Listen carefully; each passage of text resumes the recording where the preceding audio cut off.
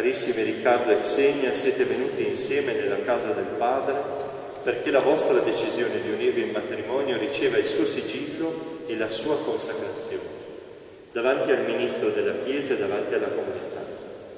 Voi siete già consacrati mediante il battesimo.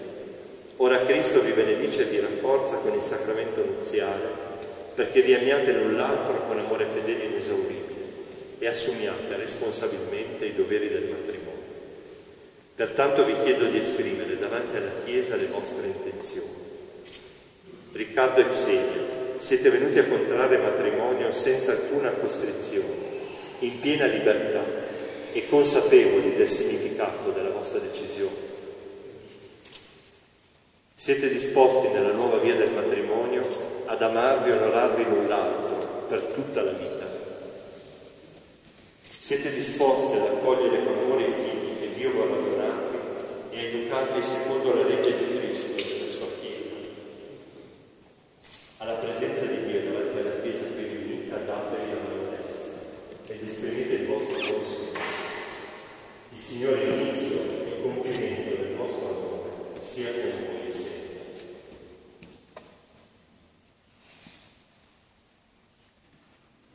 Io, Riccardo, accolgo Xenia come mia sposa. Con la grazia di Cristo prometto di esserti fedele sempre, nella gioia del Dio, nella salute e nella malattia, e di amarti e onorarti tutti i giorni della mia vita. Io, Xenia, accolgo te, Riccardo, come mio sposo. Con la grazia di Cristo prometto di esserti fedele sempre, nella gioia e nell'onore, nella salute e nella malattia, e di amarti e onorarti tutti i giorni della mia vita.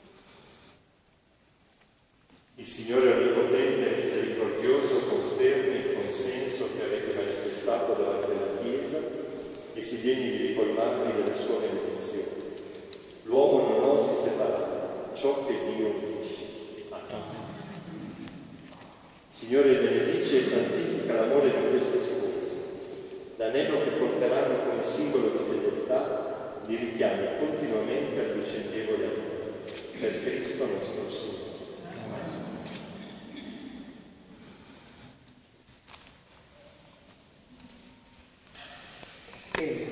Ricevi questo anello, segno di amore e della mia fedeltà, nel nome del Padre, del Figlio e dello Spirito Santo.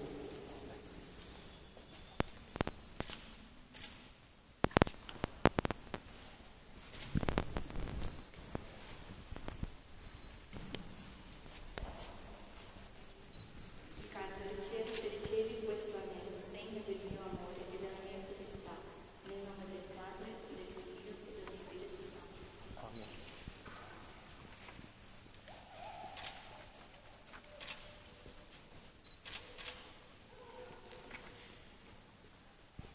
Siete meritevoli. Auguri. Tenete vivo e ricordate quello che avete fatto.